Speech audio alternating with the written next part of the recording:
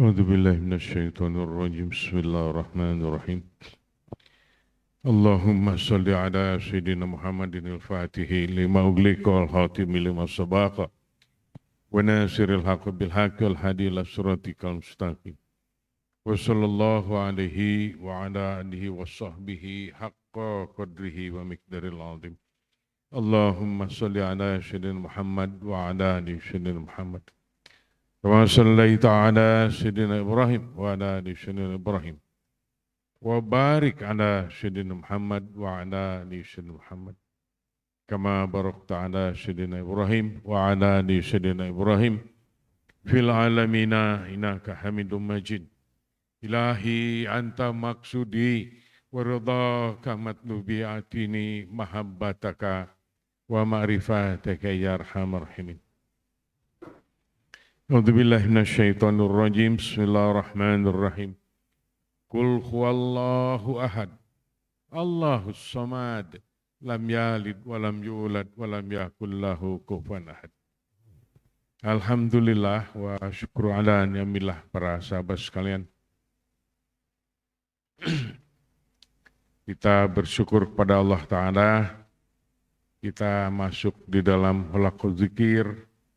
Bersyukur semoga Allah berkenan atas apa yang kita kerjakan. Kita ingin pandai menjadi budak sejati di hadapan Allah Subhanahu wa Ta'ala, terus menerus dalam keadaan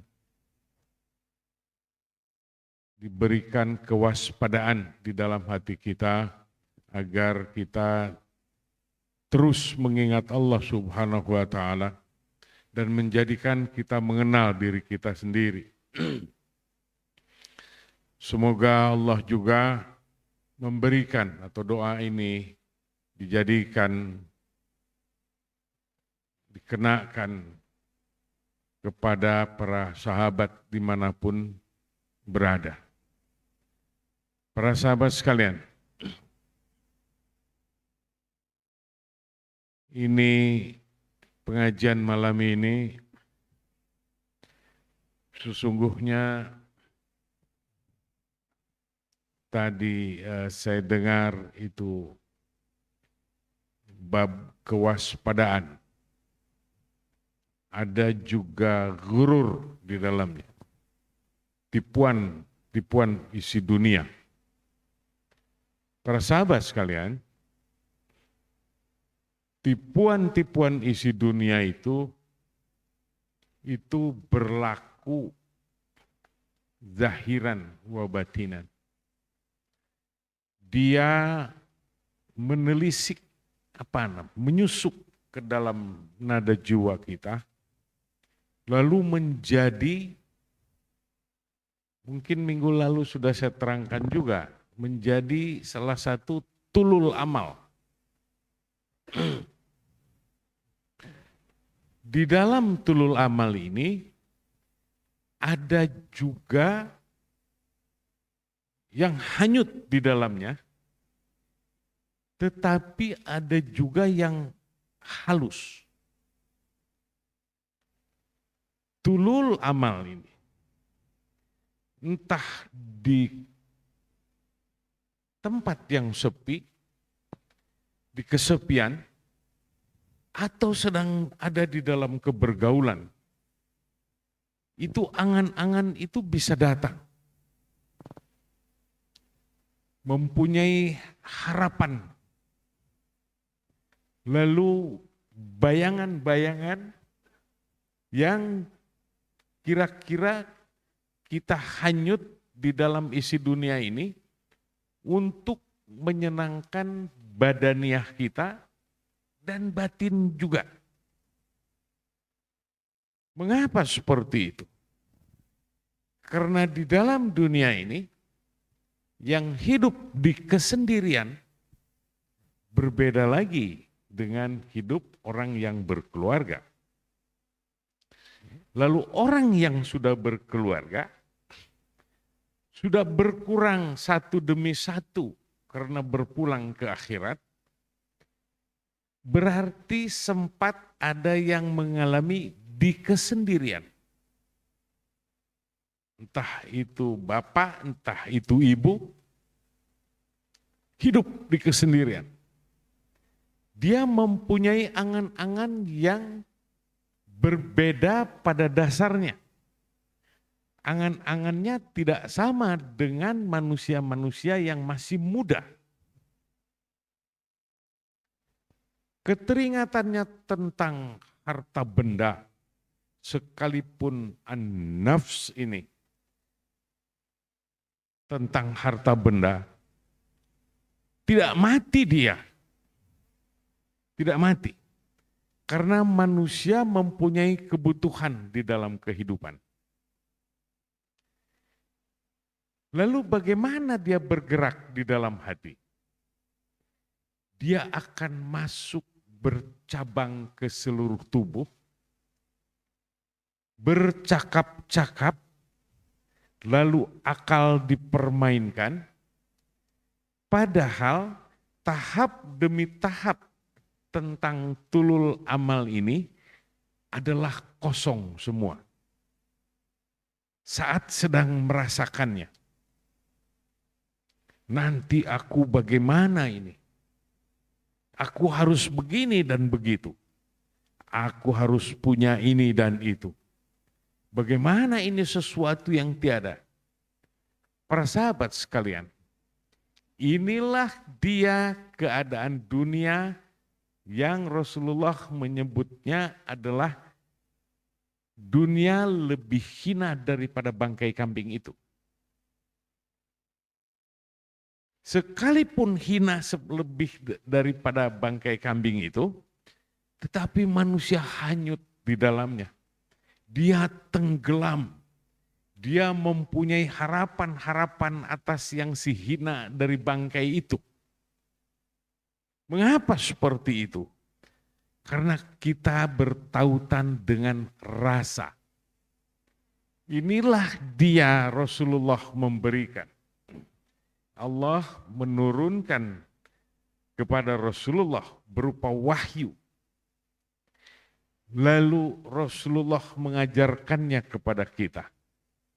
Lalu dijadikannya rukun dan kewajiban di alam semesta ini untuk kita mengerjakannya. Apa gerangan isi pekerjaan yang ada? Adalah seluruhnya untuk menahan serbuan daripada keinginan-keinginan yang ada di dalam hati tadi, yang menjadikan angan-angan, yang menjadikan tertipu dia, gurur hidup di alam semesta ini. Tidak ada lagi yang lain. Di dalam keseluruhan peribadatan adalah zikrullah. Berbeda dengan muraqabah. Kalau muraqabah itu mengintip-intip, meneliti. Tetapi zikir adalah sesuatu keberbaktian yang bertautan dengan ingatnya kita kepada Allah Subhanahu wa Ta'ala. Di mana gerangan yang paling ketat di dalam peribadatan? Para sahabat sekalian, di dalam rukun iman, rukun Islam, yang pertama. Dan rukun iman yang harus kita imani.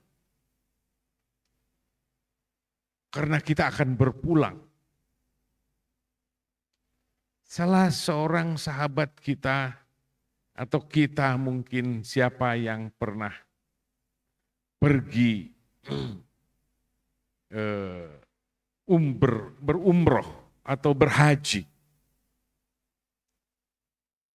Itu adalah contoh-contoh apa-apa dan ukuran yang harus kita ukur ke dalam dada kita, ke dalam hati kita, ke dalam rasa kita, apa gerangan setelah kita melakukan peribadatan itu. Sesungguhnya rukun yang 5 ini keseluruhannya mencakup. Tetapi di yang kelima ini adalah haji. Katakanlah di dalam umroh. Karena haji ada mengambil keimanan kita saat kita mabit di Mina. Entah nafar awal, entah nafar sani. Ada melontar jamar. Melontarkan penyakit hati kita yang membatu. Dilemparkan. Bismillahi Allahu Akbar. Di sana ada sa'i. Kalau yang umroh, tawaf, sa'i, tahallul. Simple. Di dalam sebuah sesuatu peribadatan umroh ini yang simple ini, adalah semuanya umroh dan berhaji adalah ibadah fisik kita. Ibadah fisik. Fisik dikerjakan untuk membersihkan, hakikatnya adalah untuk membersihkan hati kita agar tertuju kepada Allah Subhanahu wa taala dan agar segala macam kecintaan terhadap isi dunia ini menjadi berkurang. Ada tawaf, berkeliling. Dipertanyakan apakah hati kita berkeliling dengan Allah Subhanahu wa taala. Selalu ada Allah Subhanahu wa taala di dalam hati kita. Ada sa'i. Ini untuk menyingkirkan kecintaan kepada dunia agar kita lebih terkikis dari kecintaan itu dan tertuju kepada Allah Subhanahu wa taala. Maka pakaiannya pun adalah kain kafan 2 lembar, disebut ihram. Sebuah pertanda agar kita seperti mayat berhadapan dengan Allah Subhanahu wa taala dan kita tiada berdaya di dalamnya. Saat itulah kita harus menyingkirkan isi-isi dan kecintaan kita kepada isi dunia ini. Maka yang dipakai adalah ihram, 2 lembar kain kafan. Saya persingkat. Lalu sa'i dia setelah tawaf. Ada bukit Safa, bukit kesucian. Ada bukit Marwah, Muruwah, kebajikan. Dan itu harus ditempuh dari bukit Safa ke bukit Marwah 400 meter lebih, berjalan dan tahap demi tahap, langkah demi langkah kita lakukan. Apa gerangan di sana? Kita harus mempunyai daya jerit seperti Siti Hajar yang sedang ditinggalkan oleh Nabiullah Ibrahim alaihissalam.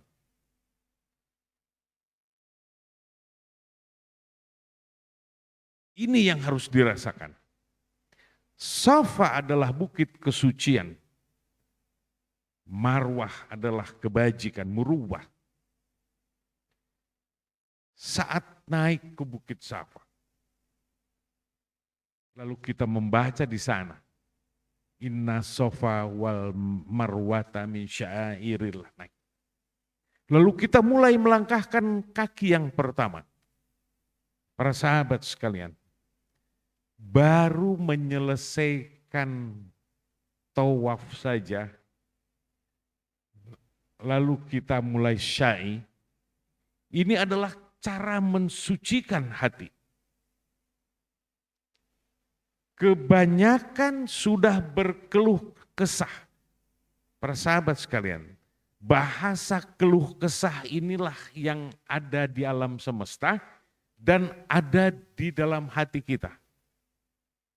Minggu lalu saya menerangkannya, ada gundah, ada was-was, ada bimbang, ada takut, ada gembira yang sejenak. Nah ini dia. Apa gerangan keluh kesah? Saat berjalan menuju ke Bukit Safa itu. Ini ada ke Bukit Marwah dari Safa. Ini sebuah mujahadah kalau kita waspada di dalamnya. Kita harus melangkahkan kaki, langkah demi langkah. Apakah setiap langkah kaki kita menyebut nama Allah Subhanahu wa Ta'ala dan berharap atas ampunan? Karena kita baru naik ke Bukit Safa, bukit kesucian. Ya Allah, sucikan aku dari gemuruh isi dunia yang ada melekat di dalam dada kita. Lalu dia akan berjalan ke Bukit Marwah untuk mencapai sebuah kebajikan. Patuh kepada Allah Subhanahu wa Ta'ala, adab kita menjadi indah, lalu menjadi panutan. Dan kita harus meneruskan pekerjaan Rasulullah Sallallahu Alaihi Wasallam. Dan apa yang diperintahkan Allah melalui Rasulullah berupa rukun Islam dan rukun iman ini. Untuk menahan berbagai macam gerakan-gerakan isi dunia ini yang menghanyutkan kita, menghayalkan kita, berbagai macam rasa yang menggelapkan kita kepada Allah Subhanahu wa Ta'ala. Setiap langkah harus terus-menerus menyebut nama Allah Subhanahu wa Ta'ala dan berserah diri. Tiada keluh kesah. Dengarkan baik-baik yang satu ini. Apabila pergi ke sana, berjalan di Bukit Safa atau sedang tawaf, hilangkan keluh kesah. Mengapa seperti itu? Karena 7 kali 400 meter lebih berjalan kaki. Harus diisi dengan zikir yang terus menerus. Agar kesucian didapat dan kebajikan bertambah. Di mana gerangan keluh kesah? Hati berbicara, waduh baru 1, masih ada 6 lagi ini. Nah sekarang udah 2 lumayan, 4. Cakap-cakap hati, sekalipun saat tawaf dan saat bersyai, boleh kita berbicara ala kadarnya menurut yang diperlukan. Inilah dia. Dia berjalan mensucikan diri agar kita mendapatkan kebajikan. Para sahabat sekalian, ini adalah rukun Islam yang kelima yang di dalamnya ada syai. Ada umroh di dalamnya. Begitu selesai umroh, kita bertahallul, penghalalan, menghalalkan, memotong paling sedikit 3 lembar rambut. Itu tahallul. Kalau digunduli adalah lebih baik. Mengapa seperti itu? Sebanyak rambut di kepala, inilah kepala kita ini, itulah kilah-kilah, akal-akal kita, angan-angan kita, kecintaan terhadap isi dunia yang menghalangi kita. Maka itu bertahallul. Dipotong rambut di situ. Agar pikiran kita tidak hanyut kepada isi dunia ini. Para sahabat sekalian, inilah dia sebuah perjalanan yang ada. Ada yang keras seperti itu mengganggu peribadatan kita. Peribadatan kita saja terganggu. Ada malas. Ada angan-angan di dalamnya. Ada ghaflah, lalai. Saya sering menerangkannya yang satu ini. Baru takbir saja kesananya sudah rusak kalau sholat. Ada angan-angan, bukan terpusatkan pikiran kita kepada Allah Subhanahu wa Ta'ala, malah lari ke arah pahala-pahala yang dituntut. Sedangkan keberbaktian kita, kepatuhan kita, ketundukan kita kepada Allah Subhanahu wa Ta'ala terganggu oleh nada jiwa kita karena isi dunia ini. Malam inilah dikaji oleh Syekh Jordani, salam dibacakan kitabnya tadi. Begitulah isi dunia ini mengganggu kita agar syaitan ini beroleh kegembiraan dia. Kalau kita berpulang ke akhirat nanti, tiada bekal. Takut kita. Kita takut. Atas dasar rasa takut itulah kita masuk ke dalam hulaqul dzikir ini. Kita bekerja yang terus-menerus, semoga Allah memberikan kemampuan kepada kita. Sebuah peribadatan yang gagah di dalamnya. Karena isi dunia ini, setiap peribadatan suka diaku oleh kita. Bahwa kita orang yang ahli beribadat. Bukan. Kita bisa beribadat, kita bisa menyebut nama Allah, itu seluruhnya dari Allah. Termasuk rizki yang kita makan. Belum lagi bias. Ini yang jelas saya yang berbicara. Ada sesuatu yang jarang apakah saya perlu ngomong yang seperti ini? Wallahualam, semoga Allah memaafkan saya. Saya diampuni. Bias ini itu membias, jarang dimengerti, jarang dirasa, termasuk saya lah, oleh orang-orang yang belum memasuki sebuah makom yang bercukup. Saya mau menyebutkannya bahasa itu saja.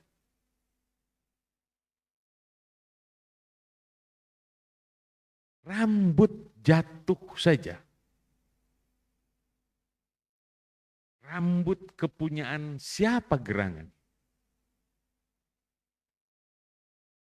Lalu kita membacakan suratul Fatihah kepada rambut itu. Para sahabat sekalian, ini isi alam semesta ini apa? Sudah ada kitab menulis, saya tidak tahu. Wallahualam. Ini sampai kepada orangnya. Rambut saja.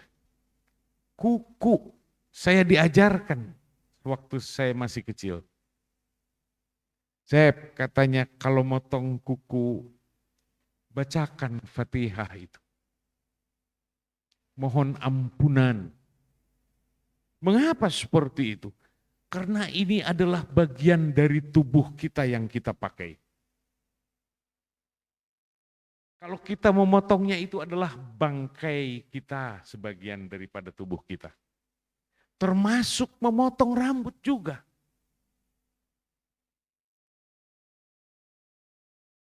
Inilah dia rahasia isi alam semesta ini, bias demi bias. Manusia terhadap pepohonan, manusia dengan angin, manusia dengan binatang. Binatang biasnya kepada kita, pepohonan juga seperti itu. Bersambung, apalagi manusia dengan manusia. Maafkan saya. Meludah saja.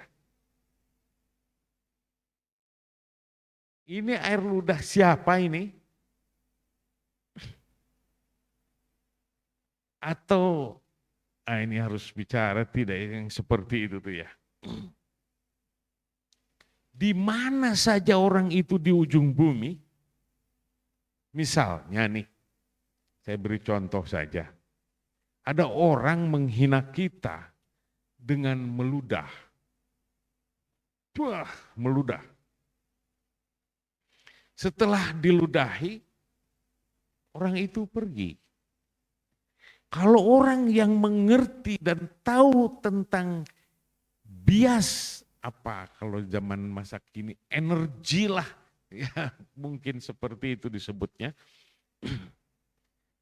Kita membacakan sesuatu dengan sebuah rasa yang tersentuh di dalam hati. Dengan apa? Dengan perantaraan ludah yang ditujukan kepada kita saja, itu sampai kepada orang itu. Sampai ujung bumi dia di mana? Atau hidup dia di angkasa raya di mana? Itu sampai. Kalau kita membacakan sesuatu, ini harus kita berhati-hati di alam semesta ini. Ini sesuatu yang halus. Apalagi seperti yang biasa di dalam kehidupan. Pembicaraan ingin dipuji. Datang pujian-pujian. Lalu kita lupa kepada Allah Subhanahu wa Ta'ala. Karena pujian lontaran dari orang lain. Dia merasa lebih hebat. Dia lupa orang lain bisa memuji kita itu karena Allah yang memberikan kepada kita. Lalu orang kagum kepada kita. Lalu Allah menghinggapkan rasa kagum kepada orang lain itu. Lalu dilontarkannya kepada kita. Seluruhnya dari Allah Subhanahu wa Ta'ala. Tetapi karena kegelapan, karena ketidakmengertian dan karena kebodohan kita yang ada, maka kita mengakuinya seolah-olah itu kita punya. Allah ditiadakan dari pikiran kita, dari rasa kita. Kita telan semua pujian itu. Apalagi manusia-manusia zaman masa kini, dari zaman masa lalu juga ada. Ditepuk tangani. Wah, merasa berbangga dia. Ini dia. Seluruhnya adalah menggelapkan hati kita. Kalau hati bertambah gelap, beribadat menjadi berat. Kalau kita membersihkannya terus-menerus nada jiwa ini dan kolbi kita ini dengan zikrullah, maka kebalikannya yang akan datang. Dia tercahayakan. Dan orang yang tercahayakan dengan zikrullah itu melulu ingat kepada Allah Ta'ala, bertambah dan bertambah. Dan selalu peribadatannya bertambah dan bertambah juga. Berarti ada adab di sana. Ada akhlak yang sangat indah di sana. Saat itulah manusia yang seperti itu, yang pakaiannya begitu, nada jiwanya begitu, jalan saja di alam semesta ini sudah indah. Tahukah para sahabat sekalian, saya katakan pepohonan kagum, binatang-binatang juga kagum. Semua yang kita lewati yang berupa ciptaan-ciptaan, termasuk malaikat, itu terus mengiringi orang-orang ahli zikir yang seperti itu. Para sahabat sekalian, inilah dia tempatnya sekarang. Kholaqul zikir di sini itu. Untuk mengolah kita, mengapa seperti itu? Karena kita dalam keadaan ketakutan. Takut tergelapkan hati kita. Takut kita menjadi rusak akhlak di alam semesta ini. Takut kita berpulang ke akhirat nanti membawa dosa yang terbanyak. Ini yang kita takutkan. Atas dasar itulah kita malam ini berdoa minta kepada Allah Ta'ala, ya Allah ampuni dosa-dosa kami. Itu yang paling utama. Mohon ampunan kepada Allah Ta'ala. Berikan kami jalan di dalam kehidupan ini, sesuatu yang indah menurut-Mu ya Allah. Berilah kami rizki untuk kehidupan di dunia ini. Dan di akhirat nanti, ya Allah berlakukan ini untuk keluarga, untuk sahabat-sahabat, beserta keturunan-keturunan kami, ya Allah angkat darajat kami dan maafkan kami. Amin ya Allah ya Rabbal Alamin.